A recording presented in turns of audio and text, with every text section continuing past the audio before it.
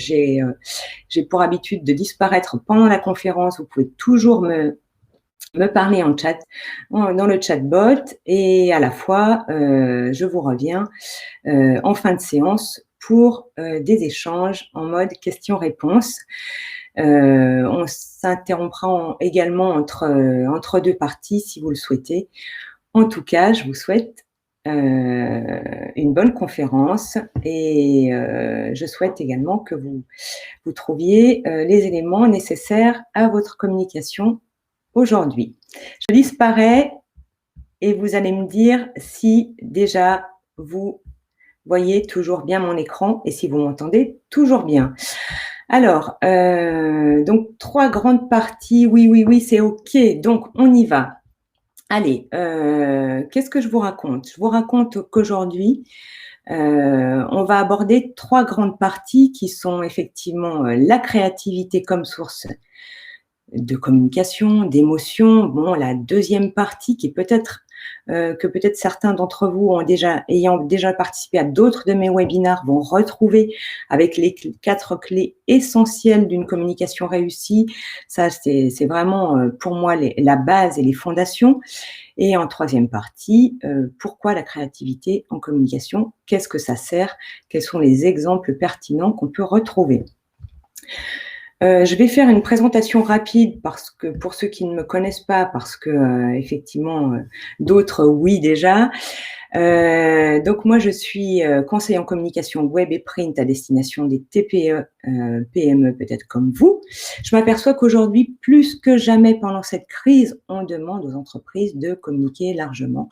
Tout est très compliqué, les mots employés autour du digital et des médias sont de plus en plus complexes. On parle de rédaction SEO, de CMS, de Twitter, de Wireframe, de LinkedIn, de TikTok, de Clubhouse, j'en passe et des meilleurs, ce qui rend la compréhension du monde de la communication sur le web, notamment, de moins en moins facile pour les dirigeants. Alors moi, je tente d'aider les dirigeants ou consultants comme vous peut-être, à retrouver du bon sens, de la pédagogie et surtout l'emploi de mots simples pour définir leur stratégie de communication. Donc je suis en quelque sorte architecte et je pilote un hub de compétences en transparence pour mes clients, que ce soit sur l'identité visuelle, le territoire de marque, la photo, la vidéo, avec une vingtaine de spécialistes qui m'accompagnent pour pouvoir bien sûr répondre par une team adaptée à tous les projets.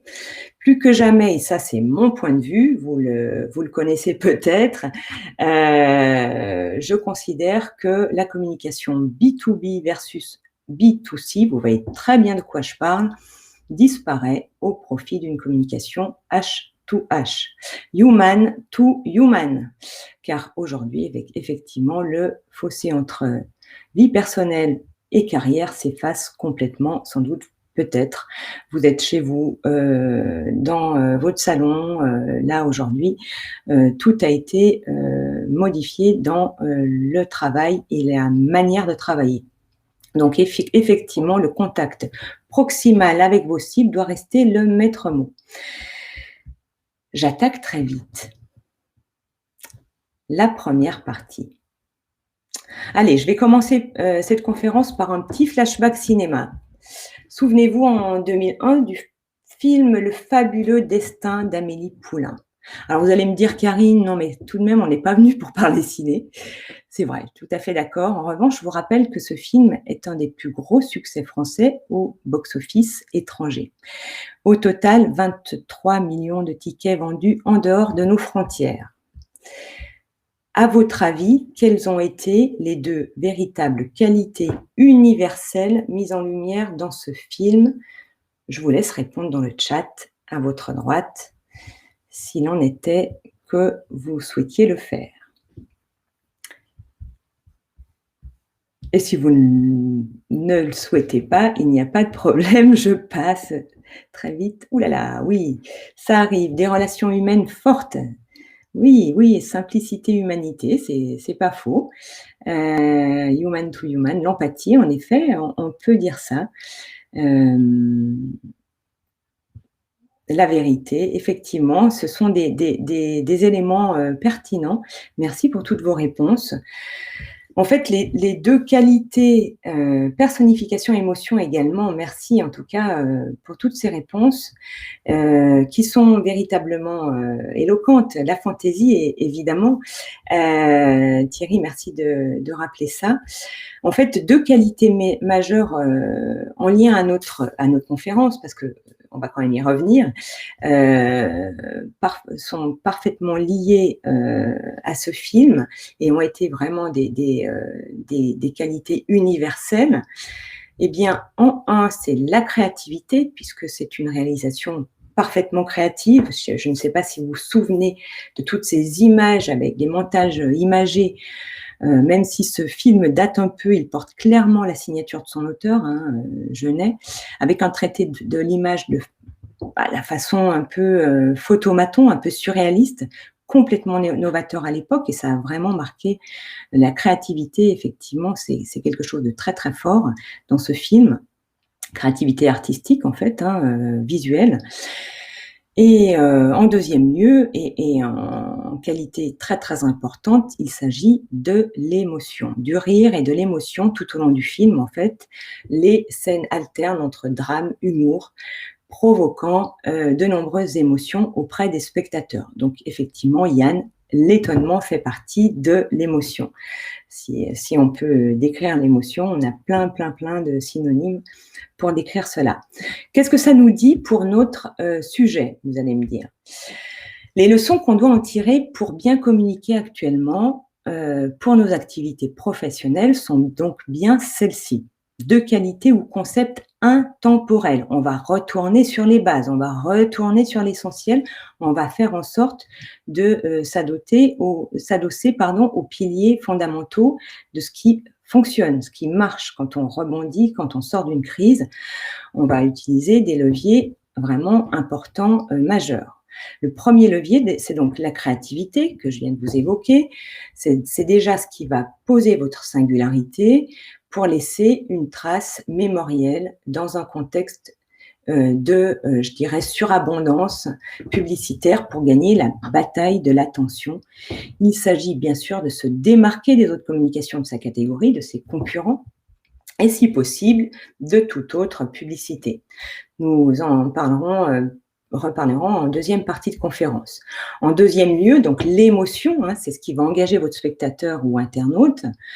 Lorsque le spectateur ressent quelque chose de fort, il s'engage inconsciemment, ce qui permet de dépasser une tendance naturelle à la filtrer, l'ignorer ou la rejeter. Une émotion forte crée également un halo positif sur les associations émotionnelles à la marque. Je vous laisserai à l'occasion regarder de plus près une campagne de publicité de pub vidéo qui a été classée parmi les 10 plus efficaces de l'année 2020. Donc, elle ne date pas. Il s'agit de celle de Milka avec l'histoire d'un chien perdu qu'un petit garçon aide à retrouver.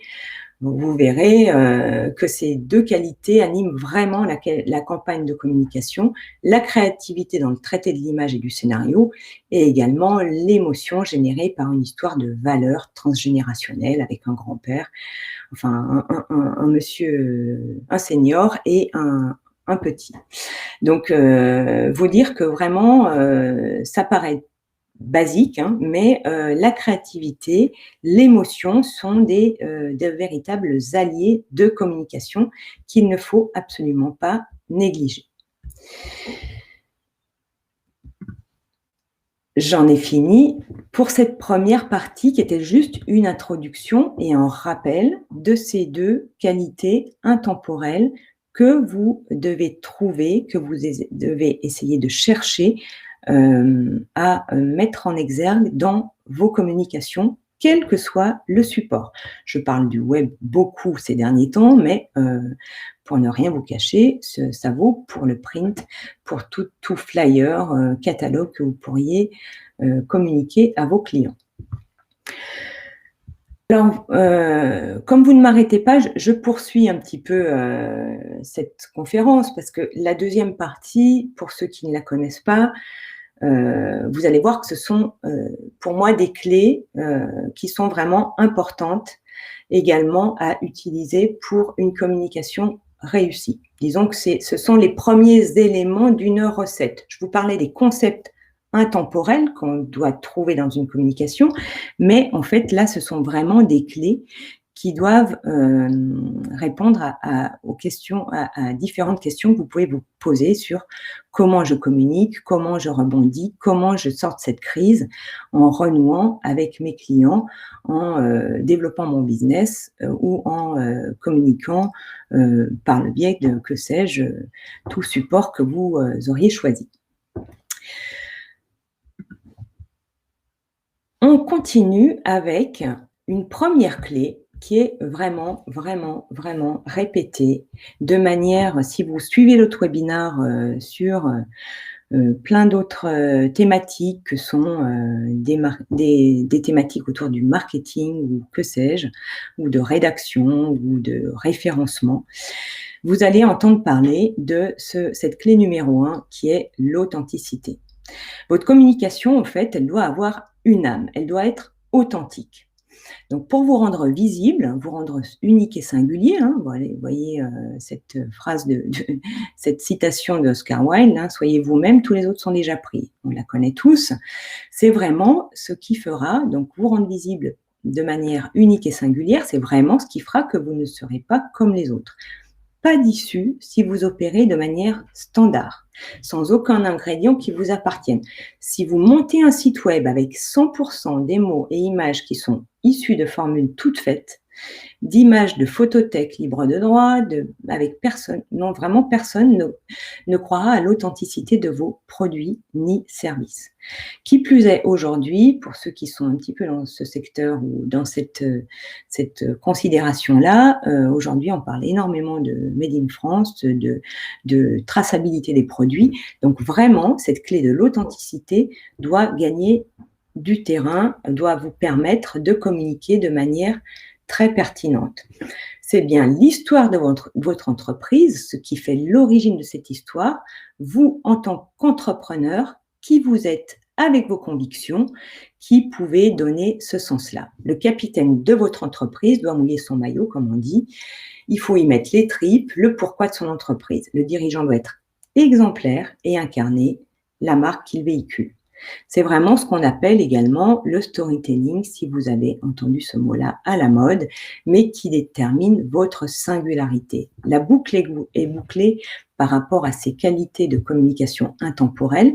Si vous le faites en plus avec émotion, avec créativité, eh bien, vous avez déjà des belles bases pour communiquer sur l'histoire de votre entreprise. Pas d'histoire, pas d'authenticité, pas d'émotion, pas de mémoire chez vos prospects. Hein. N'oubliez pas la quantité d'informations qu'on reçoit tous les jours sur nos smartphones, sur nos écrans, sur tout ce qu'on voit également quand on peut sortir de chez nous.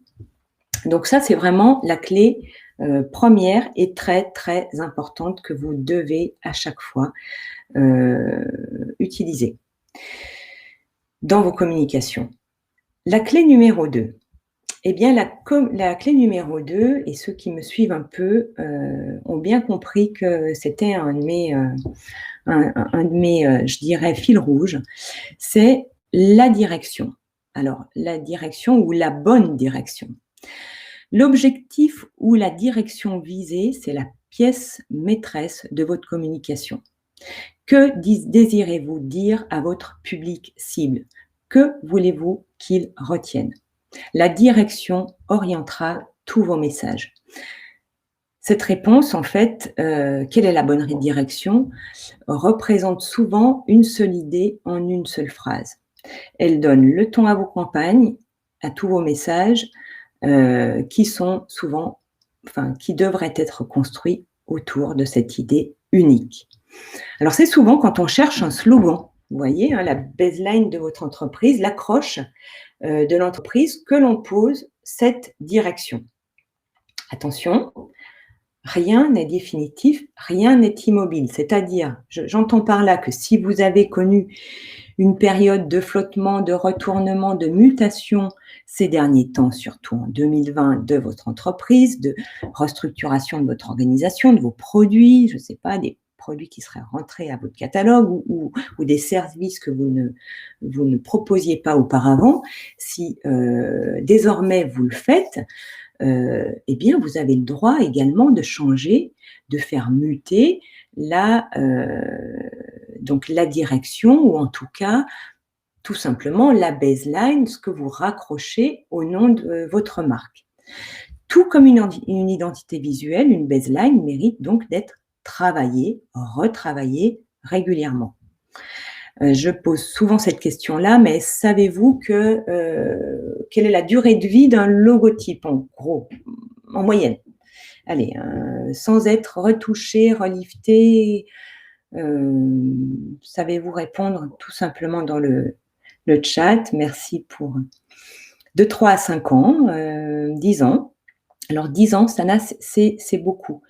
15 ans, non. Même les logotypes les plus, je dirais, les plus connus, les Nike, les Danone, les Yoplait ou que sais-je, subissent tous un petit relifting, notamment dans l'industrie auto. On est, oui, entre 5 et 6 ans avant de retoucher légèrement, au moins relifter, redonner un petit coup de jeune à un logotype. Et il faut le savoir, même si il reste dans sa base et dans sa forme initiale le même identique. Mais effectivement, vous avez raison de le rappeler, ça n'est pas toujours visible à l'œil nu, c'est parfois à la marge, c'est tout en finesse parfois qu'on relifte. Ça signifie quoi? Ça veut dire que vous pouvez également faire évoluer votre baseline, votre slogan.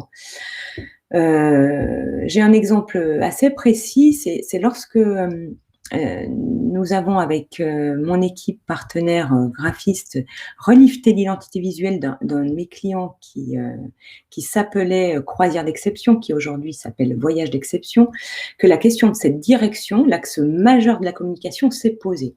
À partir d'un focus groupe client ou prospect, par un brainstorming finalement auprès du comité de direction, cela a fait émerger une baseline qui était en fait l'axe de développement de l'entreprise.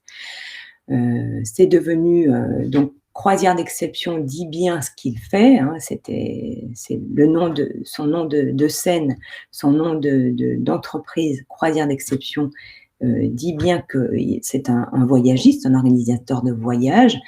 S'enrichir de la beauté du monde est donc devenu ce slogan, car plus que jamais, à l'époque, l'axe de développement de l'entreprise se faisait sur des destinations lointaines pour des clients qui cherchaient des voyages culturels ou thématiques avec conférenciers. Donc, s'enrichir de la beauté du monde, c'était devenu finalement la direction que prenait l'entreprise à ce moment-là. Donc, la baseline, c'est un indice important de cette direction. Reprenons l'exemple de Milka que j'ai cité précédemment, qui s'adresse à une clientèle non pas fan de chocolat corsé, hein, comme vous le savez. C'est pas du tout la direction que prend l'entreprise, mais bien vers une baseline qui est démultipliée en différentes versions, le partage de moments de tendresse, 100 ans de tendresse. Bref, souvent la direction de votre communication se superpose avec la stratégie de votre développement commercial. C'est le cas effectivement pour les entreprises que je viens de citer. Voilà pour cette clé numéro 2, la direction. Donc effectivement, c'est une clé importante à multiplier, à déployer de manière pertinente, la plus, je dirais, la plus juste possible par rapport à votre métier. La troisième clé, c'est le bon sens. Alors vous allez me dire, non mais Karine, on parle de la même chose finalement, la direction, le bon sens. Eh bien non, c'est pas tout à fait pareil, je vais vous dire. Le bon sens, c'est de par la cible dont on vient de parler, la cible client que vous visez, vos clients, vos prospects, que vous allez pouvoir remonter le fil de ce qu'ils attendent de votre part. Partez toujours de la stratégie, du plan que crée un architecte pour ensuite construire une maison. Imaginez un constructeur qui démarre un chantier sans le moindre plan. Comment faire? Combien de chambres? Quel environnement? De voisins? De terrain? Imaginez la tour Eiffel, le dôme de la cathédrale de Florence aujourd'hui construit sans plan. Impossible. Construire une stratégie, c'est s'appuyer sur les besoins de vos clients, vos cibles. Partez d'abord de qui sont vos prospects et des problèmes qu'ils ont. Vérifiez ensuite comment vous pouvez répondre à leurs besoins. Avec quels outils, quels supports, quel réseau social. Si vous ne savez pas faire, faites-vous accompagner. Je vois trop d'entreprises, en fait. Quand je parle de bon sens, c'est que je vois trop d'entreprises aujourd'hui qui se lancent tous azimuts sur une newsletter, un Twitter, une campagne YouTube, sans vraiment savoir comment cela va servir leur objectif.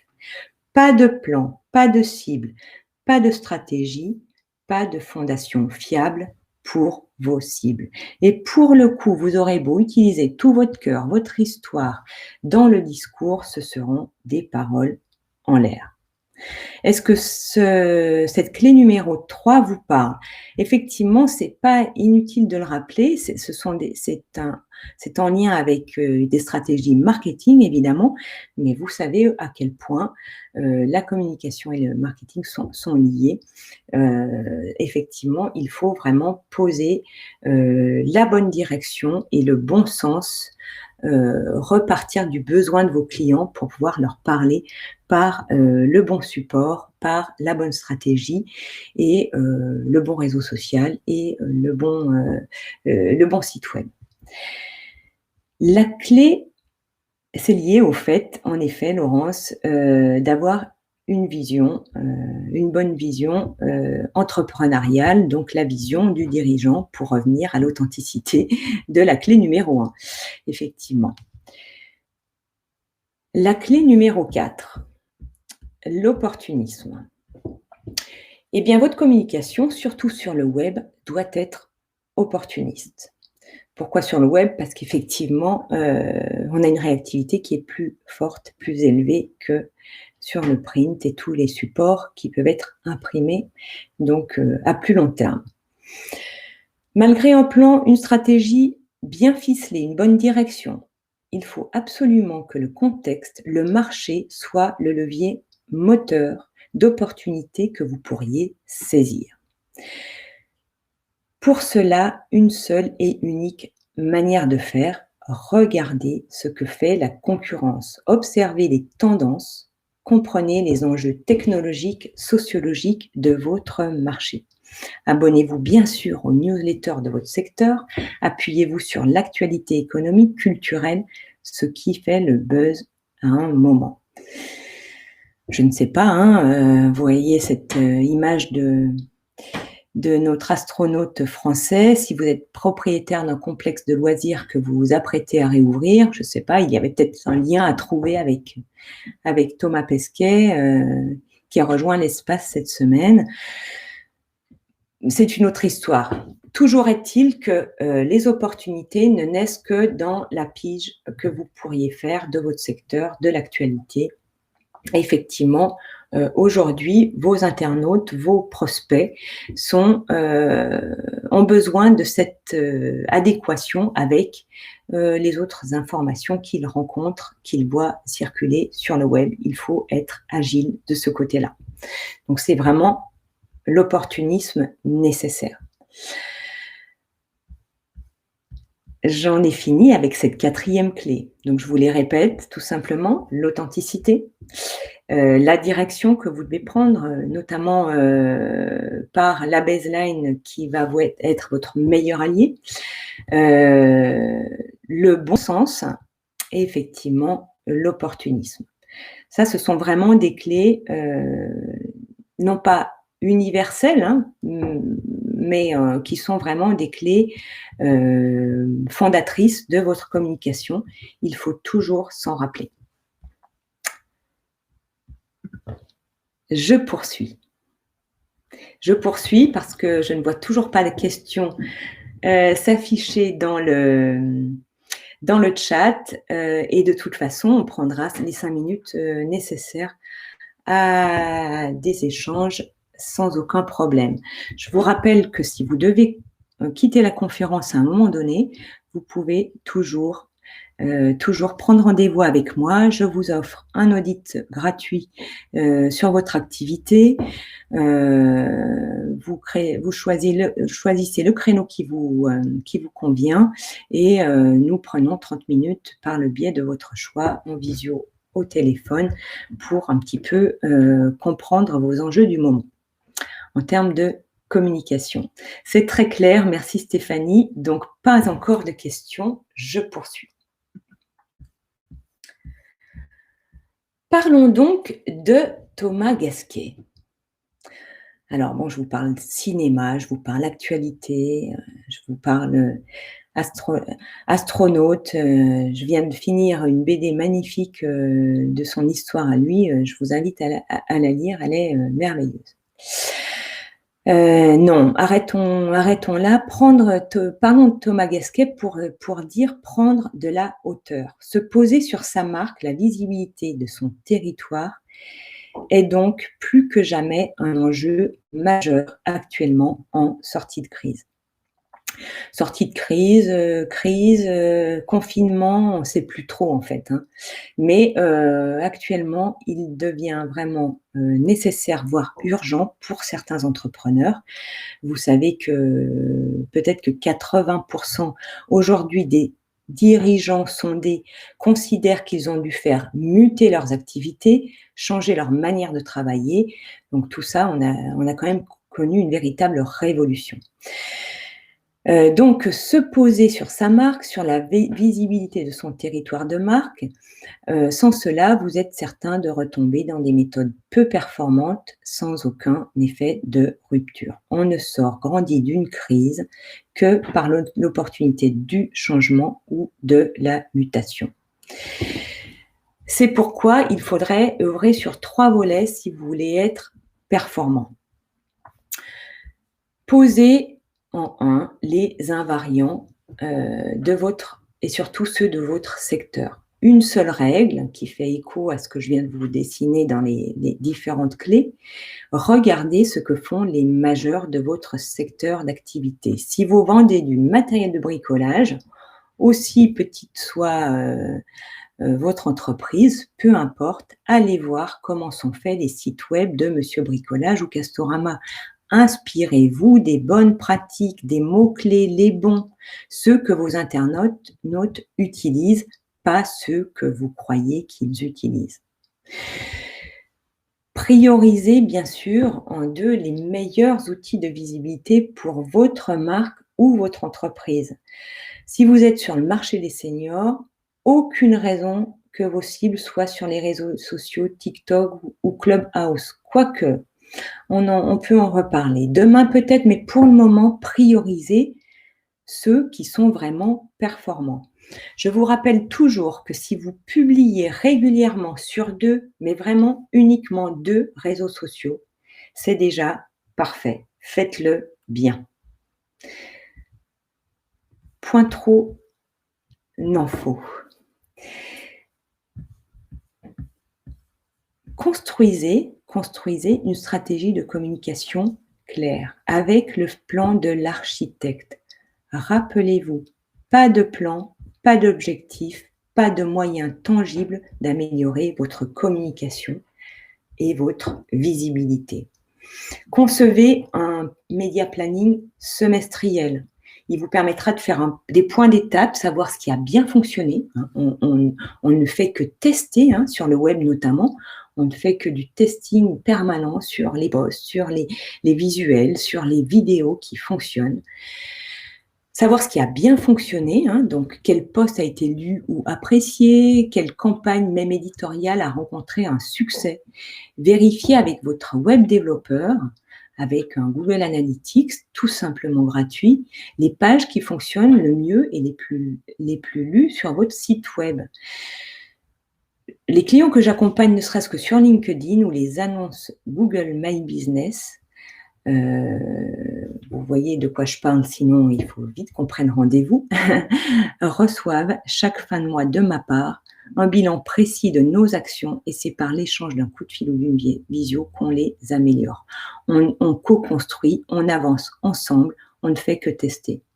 Il n'y a pas de recette toute prête, toute faite pour dire voilà comment on doit œuvrer. Oui, on connaît les grandes lignes, mais très sincèrement, chaque secteur, chaque période, chaque activité, chaque produit, c'est vraiment de l'agilité qu'il faut avoir en permanence.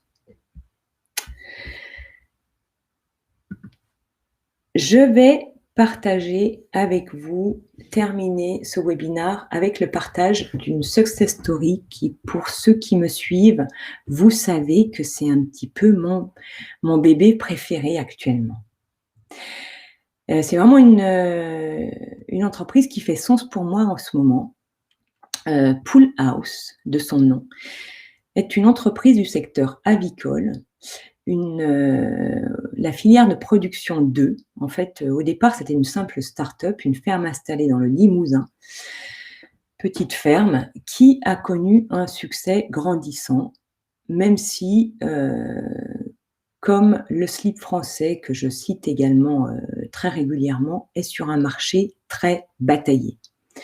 Le modèle de Pool House, c'est d'abord une innovation. En effet, il faut savoir que la majorité des poules pondeuses en France ou ailleurs, pardon pour ceux qui défendent la cause animale, mais sont tuées à 18 mois et partent congelées en cargo pour l'Afrique, être transformées. Bon, quand on a dit ça, on a tout dit. Pool House laisse donc sa direction à elle, c'est de laisser vivre les poules jusqu'à leur mort naturelle, bien au-delà des 18 mois, et les autorise donc à être moins productives. Donc tout cela pour donc une filière de production d'œufs qui est un petit peu moins performante pour certaines poules sans doute, qui vieillissent. Ça, c'est la première innovation. En fait, leur première innovation, ça a été de dire, nous, on laisse vivre les poules jusqu'à leur mort naturelle. Ok, vous allez me dire, d'accord, ça ne va pas chercher bien loin. La deuxième innovation, en fait, ça a été le sexage innovo, c'est-à-dire qu'ils ont dans l'œuf, en fait, des poussins qui ne naîtront que femelles, les mâles dans les autres productions étant broyés à leur naissance, toujours, pour de dénoncer cette maltraitance animale, mais c'est la réalité. Or, vous savez parfaitement que l'œuf, c'est quand même la première source de protéines dans le monde entier. Qu'est-ce que ça nous dit pour nous, là, aujourd'hui, pour la communication? On parle donc d'une recette, d'une success story où on parle d'une innovation opportuniste, même sur un marché bataillé, parce que, compte tenu de, je vous dis, la cause animale, ces vidéos horribles de poussins broyés à leur naissance, ça, c'est déjà une innovation opportuniste de se positionner sur ce territoire. Le deuxième, c'est justement le territoire de marque. L'identité visuelle, si vous la regardez bien, explicite, qui décrit bien qui est Pool House. On n'est pas sur un fabricant de piscine quand vous regardez le logo. Le troisième ingrédient à la recette, c'est bien la bonne direction. Je ne sais pas ce que vous pensez de cette baseline, mais l'œuf qui ne tue pas la poule dit tout. C'est ça, c'est la baseline, c'est vraiment celle-ci, l'œuf qui ne tue pas la poule. On est exactement dans la description de la bonne direction. Donc, la bonne cible d'acheteurs responsables, on va dire, et éthiques. Je n'ai pas dit que c'était monsieur et madame tout le monde, mais ils visent un public, des clients, des prospects qui défendent la cause animale, qui sont peut-être un peu écolos sur les bords. Enfin voilà, c'est leur direction, le bon sens de leur marque. Et enfin, la communication est disruptive, créative et opportuniste. Tapez sur Google Pool House et vidéo, vous allez découvrir une vidéo d'animation traitée à la Pixar, vraiment magnifique, où tout est dit.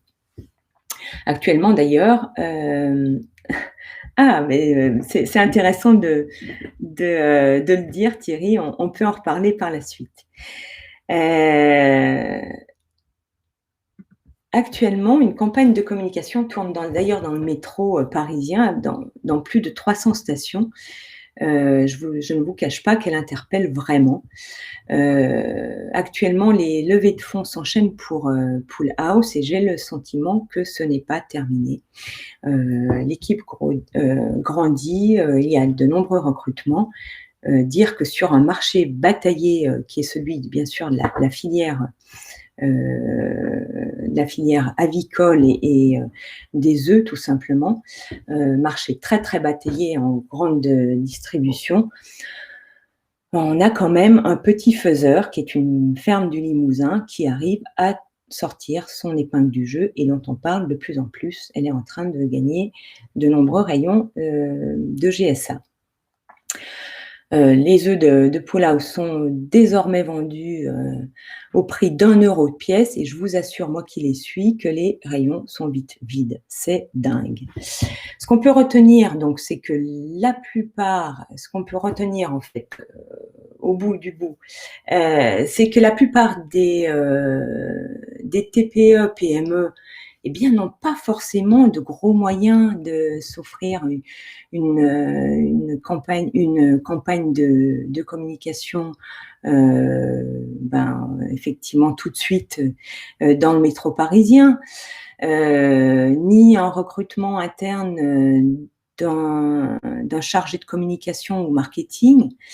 Mais ce qui est certain, c'est qu'elle peut s'offrir un consultant, un intervenant extérieur qui les accompagne sans crever leur budget avec des outils pertinents pour son activité. Très sincèrement, ces gens de Pool House, Fabien Solman, que je suis régulièrement sur les réseaux sociaux, a vraiment utilisé pleinement les différentes clés qu'on a décrites précédemment. Il parle avec authenticité de son entreprise, aussi petite était-elle auparavant, et en quelques temps, je dirais en 2-3 ans, elle a vraiment déployé une véritable visibilité un peu partout. Voilà pour cette présentation. Nous avons 5 minutes devant nous pour que je puisse répondre à vos questions et je vous reviens. J'en ai terminé avec cette conférence, j'espère qu'elle vous aura intéressé.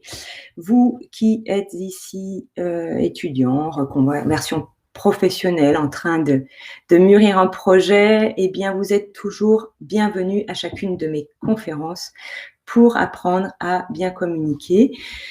Si vous êtes dirigeant, consultant, coach, en charge de la communication, du commercial, du marketing de votre entreprise, cet enjeu de la visibilité par la communication, vous le savez, est aujourd'hui majeur. Si l'avenir de votre entreprise de développement, la mutation que vous êtes en train de vivre en dépend, vraiment, je vous invite à prendre rendez-vous avec moi. Ça vaut le coup que nous ayons une discussion sur votre image de marque, où vous en êtes de votre communication, voir comment je peux vous aider. Développer votre singularité, créer de l'émotion, quelle que soit la période, c'est possible. Donc, je vous laisse poser vos questions s'il en était. Tout de suite, j'y répondrai. Et sinon, n'hésitez pas à prendre rendez-vous en cliquant en tête de slide. Alors, je vois qu'on m'écrit une communication très efficace, Yann, peut-elle échapper à la stratégie de l'entreprise? Eh bien, je suis au regret de vous dire non. La stratégie de l'entreprise, la stratégie de communication sont intimement liées. Très malheureusement, je ne connais pas d'entreprise qui, déploie une force, commerciale, avec, des volontés de se déployer sur un marché particulier, qui ne s'adosse pas à, une communication éloquente, et juste par rapport à cette stratégie. Je prends l'exemple d'un client que j'ai grondé récemment parce qu'il avait voulu, par lui-même, mais rien n'est grave, c'est toujours intéressant de tester, mais qui avait souhaité, se positionner sur Instagram avec de belles images en revanche. Mais un compte qui était donc, géré par, une alternante en marketing communication et qui, malheureusement, ne renvoyait à aucun lien commercial de vente. Les produits s'affichaient, magnifiques, superbement photographiés en studio et on n'avait aucun moyen de, boucler le tunnel de conversion comme on appelle en vente. Parce que le réseau de commerciaux, œuvre d'une autre manière, pas par ce biais-là et franchement, c'est déstabilisant pour, l'internaute qui va voir ces produits, qui ne sait pas trop comment, enfin voilà, c'est un peu le labyrinthe donc non, pas à faire, pas à faire.